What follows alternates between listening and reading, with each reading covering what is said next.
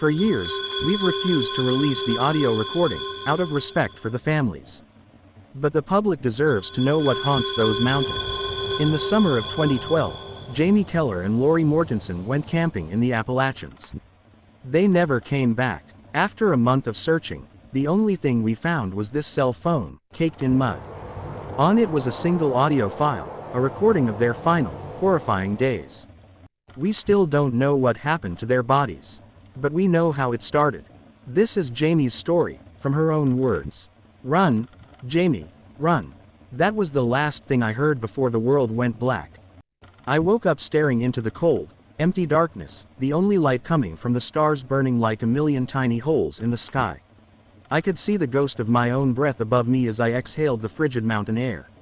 For a brief, insane moment, I remember thinking how beautiful the stars looked out here, so different from the polluted city I called home. But reality crashed down on me like a physical blow. I remembered the snapping twigs behind me. I remembered running for my life. I shot up, my head screaming in protest, and frantically looked around for my friend. Lori. She was supposed to be right behind me before I tripped, before my head smashed against a dead, fallen log, knocking me clean out. I raised a hand to my face and felt the dry, crusted blood that had oozed from a gash on my forehead. My hand trembled as I placed it on the log next to me, trying quietly to stand up. But as I did, a wave of nausea washed over me, and I quickly sank back down, the world spinning. As I sat there, trying to piece together what to do next, my mind screamed one question: where was Lori? Was she still alive, or had he found her? I decided it was best to wait here until morning. I couldn't risk getting lost, or worse, getting found. I thought about calling out her name, but the words died in my throat. The last thing I wanted was for the man with the skins to find me. So I laid back down between the fallen logs and stared up at the stars again, letting the horrifying events of the last few days replay in my head. It all started so innocently. My best friend Lori and I just wanted to get away from the city for a weekend. We asked some friends for a recommendation, and they told us about a remote spot with a small lake, deep in the mountains, where we could be completely alone. As we drove for hours along the old, bumpy dirt road, a knot of nervousness began to form in both our stomachs. We could tell no one had traveled this road in a long time. We tried to laugh it off, telling ourselves we were just being paranoid city girls. When we finally reached the lake in the afternoon, the sunlight made us feel a little better, but the crushing reality hit us: we were the only ones here. Completely isolated. As we were setting up camp, I could hear the tremor in Lori's voice. She asked me if maybe we should go back, find a place where we'd seen other campers. And as I lay there in the darkness, between those logs, I pounded my fist on the hard, cold ground and cursed myself. I cursed myself for not listening to her, for telling her it would be fine. The thought of dread entered my mind, a cold certainty that I might never see my best friend again. Or worse, that I might not make it out of here alive. I must have finally drifted off, because the next thing I remember was the warmth of the sun hitting my face. Before sitting up, I scanned the area, but the forest was so thick with pine trees I couldn't see more than 10 feet in any direction. As I slowly pushed myself up, I was struck by the silence. The forest was dead silent. So silent it was almost deafening. I could feel the vibrations of the earth and the frantic beat of my own heart. I used a log to pull myself to my feet, my head still sore. I thought to myself, I must look like roadkill. I turned in a full circle, desperately looking for any sign of Lori, but there was nothing but endless pine trees and fallen logs. I had no idea where I was, or which way led back to our camp. And I certainly didn't want to head in the wrong direction, back towards the man with the skins. I finally decided to take the path of least resistance, my body still aching. I slowly stumbled through the forest, trying to be as quiet as I could. And as I walked, my mind was pulled back to our first encounter. That first night at camp, as we were lying in our tent, laughing, there was a sudden pause in our conversation. And in that silence, we heard it. Footsteps. Outside the tent. At first, we thought it was an animal, a deer or maybe a bear. But as it got closer, there was no mistaking it. Whatever it was two-legged. It was a person. We immediately froze, our breath caught in our chests. When the person got within several feet of our tent, they stopped. The only thing we could hear was the sound of their breathing. It was a heavy, raspy sound, like someone who had been smoking for 40 years. Lori and I clung to each other, trembling in fear, waiting for what would come next. Minutes felt like hours as the person stood there, not moving, just breathing. Then, suddenly, they turned and walked off into the woods. We lay there, shaking, the rest of the night. Neither of us slept a wink. We whispered to each other that as soon as the sun rose, we were packing up and leaving. When morning finally came, it was a joyous sight. Lori unzipped the tent and was the first to step outside. The moment her foot hit the ground, a dark, hairy arm shot out, grabbed her by the neck, and literally threw her the rest of the way out of the tent. She stumbled several feet, hitting the ground so hard I thought she was knocked out. And right then, I met the man with the skins face to face. He stood there, just a few feet away, with a completely blank, expressionless look on his face. He reached into the tent and tried to grab me. I kicked and punched, but he was too strong.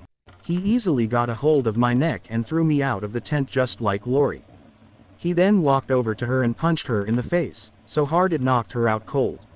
I can still hear the sickening thwack of his fist hitting her. He came over to me and started tying my hands and feet behind my back with a rough rope, so tight it immediately cut off my circulation.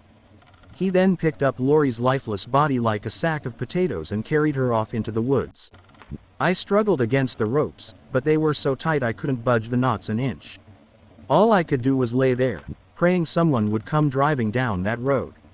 But no one did. An hour later, the man with the skins emerged from the trees. He picked me up just like he'd done with Lori and started carrying me deep into the forest. He carried me with my head down, so all I could see was the ground blurring beneath me. After a long walk, we came to a clearing. He dropped me to the ground in a heap, the impact jarring every bone in my body. I dared not move much, but I could see an old, dilapidated shack in front of me. Suddenly, I heard Lori whisper my name from behind me. I stayed in my position but whispered back, asking if she was okay. She said she was, but she was in pain. Hours went by. Finally, we heard something approaching from the woods. The raspy breathing. It was him. He stood there for a few minutes before finally walking into the shack and shutting the door. From behind, I could see his clothes were torn and dirty, and his scraggly hair hung past his shoulders. And one thing I really noticed. He was barefoot. Darkness came, and he never came out of the shack. That night was long and cold. I could hear Lori quietly crying all night. Morning finally came, and soon, the man opened the door. He walked over, picked up Lori without a word, and carried her into the shack. As he was closing the door, he looked back at me, and gave me a look of pure evil I had never seen before. A moment later, I heard Lori let out a blood-curdling scream. The screaming went on, never seeming to stop, as tears rolled down my cheeks. Her screams turned into a horrible gurgling sound, and then, silence. I must have passed out, because I woke up to a bloodied Lori standing over me. She was dripping blood from a stump that used to be her right arm. Her face was expressionless, like a zombie.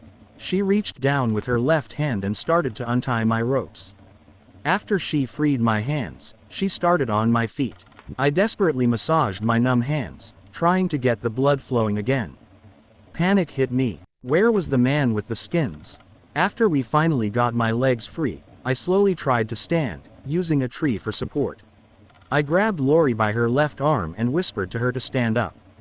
We started walking away from the shack as fast as our weak bodies could move. We hadn't walked far when we came into a clearing. As we stepped into it, I almost let out a scream that would have shaken the forest. The middle of the clearing was filled with a pile of human bodies. All of them without their skins. They were scattered everywhere, but what was more horrific was that the skins of the bodies were hung up and stretched out to dry, just like a trapper would stretch out an animal's fur. As I stood there in pure horror, I heard a noise back at the shack. He was back. I grabbed Lori's arm and whispered that we needed to run. We took off as fast as we could, but every step on the dry leaves sounded like we were stepping on potato chips. I knew he would hear us. Not long after, I could hear the crunching of leaves behind us. He was coming, and he was fast. I turned to Lori and said, "Lori, we've got to hurry. He's coming." But no matter how fast I tried to move, Lori couldn't keep up. I'll never forget what happened next. She turned to me, her eyes empty, and said, "Go, Jamie. Go. Get out of here." I stood there, frozen, for a split second. And in that second, I knew. Both of us would die if I didn't run. So, with a gut-wrenching sob, I left my best friend sitting there, and I took off, running into the thick forest as fast as my legs could carry me. As I was running, I could hear Lori screaming behind me, "Run, Jamie, run." Over and over again. It was then I tripped, knocking myself out on that fallen log. Those thoughts replayed in my mind as I stumbled through the forest for hours. I finally came to a clearing at the base of some cliffs. At that moment, I gave up hope. I was exhausted, hungry, and thirsty. I was lost. I laid down and quickly fell asleep. When I awoke, it was getting into the evening. I knew I needed to find water soon. I stood up and started walking downhill, listening for any sound of flowing water. After an hour, I caught the faint sound of something running through the forest. To my relief, it was a deer. As I turned my head back, I noticed something shiny between the trees. Water. I walked towards it and saw a small pond. As I knelt down to drink, I thanked God for that deer. As I drank the silty water, I could feel my body thanking me. I drank until my stomach was bloated, then laid down next to the pond and fell asleep again. I dreamed I was watching him skin Lori alive. I could see the terror on her face and hear her blood-curdling screams as he sliced and peeled off her skin. And there was nothing I could do. Suddenly, I was jolted out of my dream. I looked up, and the man with the skins was standing over me. Before I could even scream, he bashed me in the head with a big tree branch, knocking me out. I woke up later, my head throbbing, as I was being carried through the forest again. He carried me into that same clearing and threw me to the ground. He grabbed my hands and tied them to a tree as I screamed and begged him to let me go. When he finished and left, I realized where I was. In the clearing with all the skinned human bodies. I looked up in horror as I recognized a tattoo on one of the stretched out skins. It was Lori's. All I could do was scream. And scream. And scream. Knowing that I was next. What do you believe the man with the skins truly was? A crazed hermit, or something far more ancient and evil that stalks those mountains? Let me know your theories in the comments. There are more dark secrets hidden in these hills, more stories that have yet to be told. Subscribe now, so you don't miss the next one we uncover.